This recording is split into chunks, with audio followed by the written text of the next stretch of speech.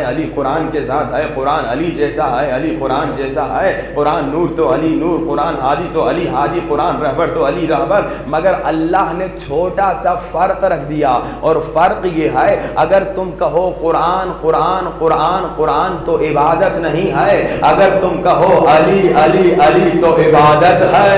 قرآن کا پڑھنا عبادت ہے، مگر کہو قرآن قرآن قرآن کوئی عبادت نہیں، مگر کہو علی علی علی تو عبادت ہے۔ ایک نسخہ بھی آپ کو دے دوں، در علی پہ آنے والوں، بڑی سے بڑی مشکل ہو، یقین کامل سے ساتوں اعضاء پاک ہوں، گناہ سے دور ہوں، تسبیح اٹھائیں، بڑی سے بڑی مشکل 12,000 مرتبہ کہیں یا علی یا علی یا علی یا علی، مشکل ختم ہو جائے گی۔ ان صاحب نے آ کر کہا کہ یا علی یا علی، اتنے سارے لوگ آپ سے آ کے سوال پوچھتے ہیں، اتنے سارے لوگ، کوئی قرآن سے پوچھتا ہے، کوئی توریت سے پوچھتا ہے، کوئی انجیل سے پوچھتا ہے، اور کوئی اپنی زبان میں پوچھتا ہے، کوئی کس زبان میں پوچھتا ہے۔ یا علی یہاں سوال پوچھتا ہے، وہاں آپ کا جواب تیار ہوتا ہے، وہاں فوراً آپ جواب دے دیتے ہیں۔ یا علی تھوڑا سوچ لیا کریں، تھوڑا دیکھ لیا کریں، تھوڑا پڑھ لیا کریں۔ بھائی ہماری روٹین یہی ہے نا، آپ کسی بھی فیلڈ میں ایکسپرٹ ہوں گے، کبھی کوئی آپ سے سوال پوچھے گا، 1 کا جواب دیں گے، 10 کے جواب دیں گے، 50 کے، بہت آپ ماہر ہوں گے، 100 کے جواب، کہیں نہ کہیں آپ کہیں گے بھائی تھوڑا مطالعہ کر کے آؤں، تھوڑا چیک کر کے آؤں، تھوڑا ڈاؤٹ ہو رہا ہے، ری چیک کر کے آؤں، کم سے کم یہ کہیں گے۔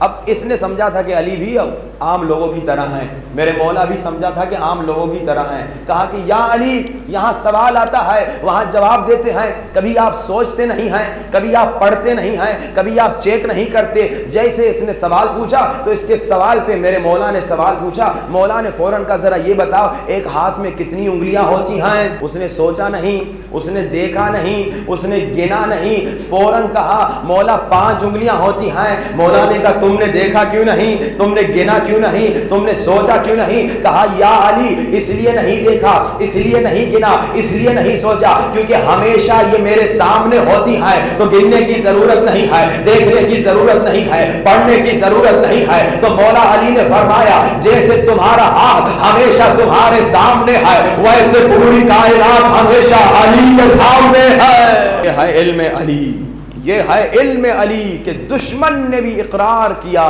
دشمن نے بھی اعتراف کیا کہ علم نبی کے وارث ہیں تو علی ابن ابی طالب علیہ السلام۔ کئی واقعات کتابیں بھری ہوئی ہیں، میں آپ کو ضرور ایک ریکویسٹ کروں گا کہ کم سے کم کچھ کتابیں مولا علی کے علم کے بارے میں پڑھ لیں۔ ایک جو سب سے اچھی کمال کی کتاب ہے علی مولا کے فیصلے، اتنی موٹی کتاب ہے، تقریباً 400-500 صفحوں کی ہے۔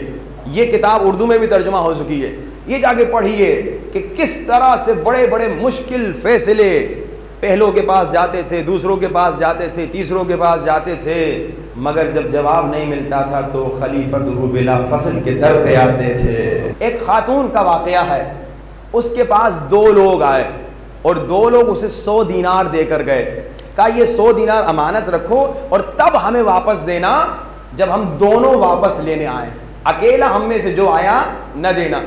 مومنہ نے امانت رکھ لی، 100 دینار بڑی رقم تھی، سمجھیے 1 لاکھ 10 لاکھ روپیہ، غریب خاتون تھی، مومنہ بیچاری، کوئی بزنس نہیں تھا اس کا، ایک بہت بڑا رسک اس نے کیا، بہت عرصہ یہ امانت پڑی رہی، مگر کئی سالوں کے بعد ایک اکیلا آ گیا اور اس نے کہا کہ میرا وہ دوست جو ساتھ آئے تھے وہ تو مر گیا ہے، اب پیسے ہمیں واپس دے دو۔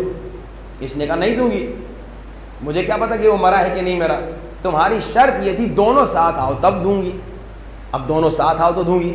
اب اس نے اس کے گاؤں والوں کو، رشتہ داروں کو پریشرائز کیا کہ بھائی پیسے میرے ہیں اور دے نہیں رہی، میرا دوست مر چکا ہے، میں کہاں سے اسے قبر سے نکال کے لاؤں۔ جب پریشرائز کیا بیچاری مومنہ پر تو مومنہ نے مان لیا، کہا ٹھیک ہے بھائی تمہارے پیسے لے جاؤ۔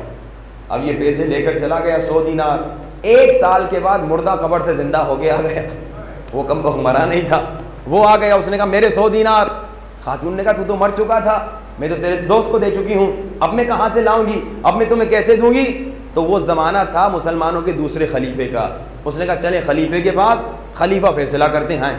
خلیفے نے کہا خاتون غلطی تیری ہے، تو نے 100 دینار ان کو تب دینے تھے جب دونوں ساتھ آتے، اب تو نے اکیلے کو دیا، اب اس کو بھی تو نے 100 دینار دینے، تم نے خود اپنے جیب سے بھرنا ہے۔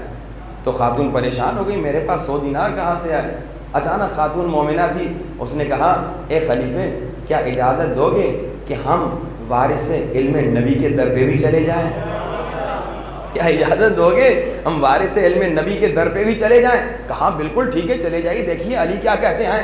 جیسے علی مولا کے پاس آئے، علی مولا کو واقعہ سنایا تو علی مولا نے کہا اے مرد کیا تم لوگوں کی شرط یہ نہیں تھی کہ جب تک ہم دونوں نہ آئیں تب تک نہ دینا؟ اب تو جا اپنے دوسرے ساتھی کو لے کر آ، پھر تیرے 100 دینار تمہیں مل جائیں گے۔ تمہاری شرط یہی تھی نا کہ ہمیں تب دینا جب ہم دونوں ساتھ آئیں، اور جب تک ہم دونوں ساتھ نہ آئیں تب تک ہمیں نہ دینا۔ تو جا اپنے دوست کو لے کر آ، تیرا 100 دینار محفوظ ہے۔ دیکھیے بڑی سے بڑی مشکل مولا یوں منٹوں میں ختم کر دیتے تھے، منٹوں میں حل کر دیتے، سیکنڈوں میں حل کر دیتے۔ یہ ہے علم علی۔